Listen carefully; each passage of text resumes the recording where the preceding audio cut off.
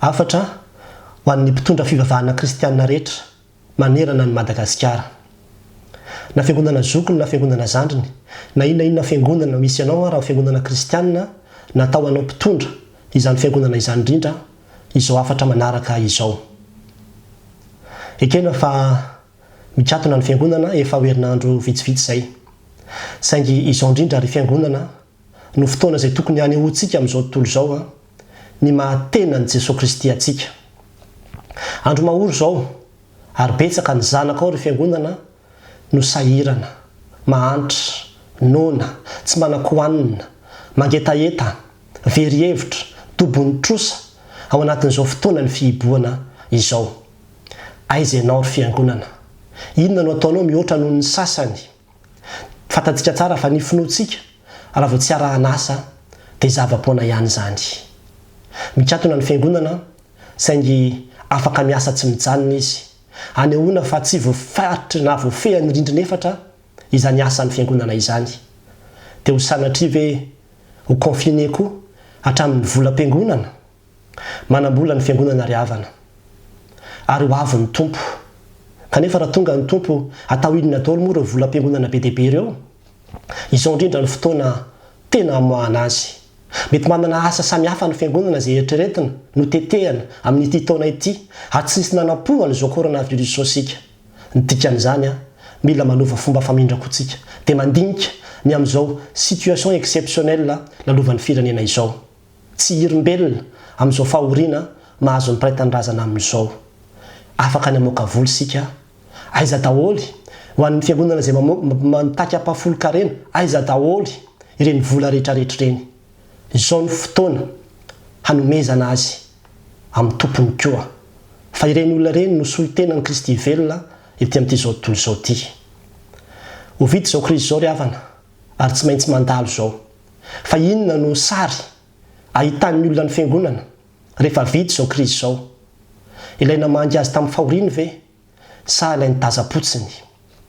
Afaka mivory ianareo komity, afaka mivory ianareo birao avoahin'ny vola re tompoko. Nona ny ondrin'i Jesosy Kristy. Malahelo ny tompo, tena malahelo ny tompo. Vonjeo re mandehana. Aza miteny manao hoe ka confinement zao fa ny tenin'Andriamanitra dia fantatsika tsara hoe ny mpiandry tsara manolotra ny ainy hamonjy ny ondriny.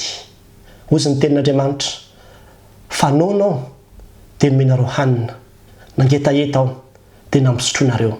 Izany ny teny hitsenan'ny tompo antsika eo varavaralanitra raha ohatra ka mahatoky sika. Fotoanan'ny andiniantsika ny lalan'ny azo fijaliana zao ary rehefa mijery izany azo fijaliana izany tsika dia te-hampatsiaro anao tenin'ny Jesosy voalohany teo ambonin'izany azo fijaliana izany teny hoe raha eo mamelany elo ny fatsifatany izay ataony. Inona moa ny dikan'izany? Tao anatin'ny fahoriana lalina izay natrehany adinon'i Jesosy tanteraka ny tenany. Nivavaka izy fa tsy nangataka ho an'ny tenany fa nangataka ho an'ny hafa. Ny azo fijaliana dia mampatsiaro antsika fa na dia ao anatin'ny fahoriana azy ianao dia aoka tsy hifantoka amin'ny fahorian'ny tenanao fa hijery sy hangataka izay mahasoa ny hafa ihany koa. Ny amaranako azy dia ho ilay tenin'Andriamanitra any amin'ny Mateo 7:5-5 manao hoe iza moa ny mpanompo mahatoky sy manan-tsaina izay nitendren'ny tompony ifeny mpanompony mba hanome azy hanina amin'ny fotoana. Ampanatra tena lehibe mitondrana izany afatra izany ho an'Andriamanitra ny voninahitra.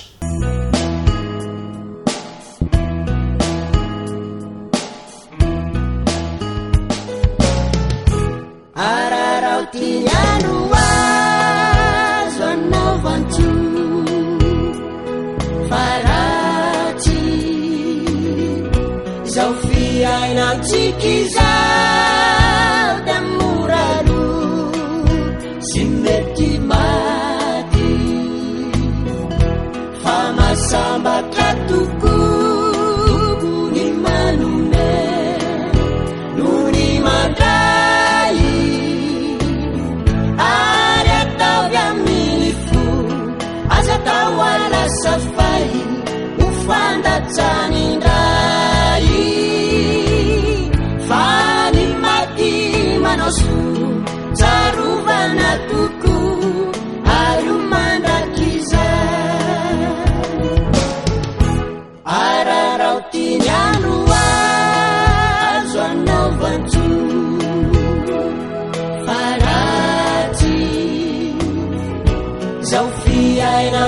kizada muraru simeti mati fama sambat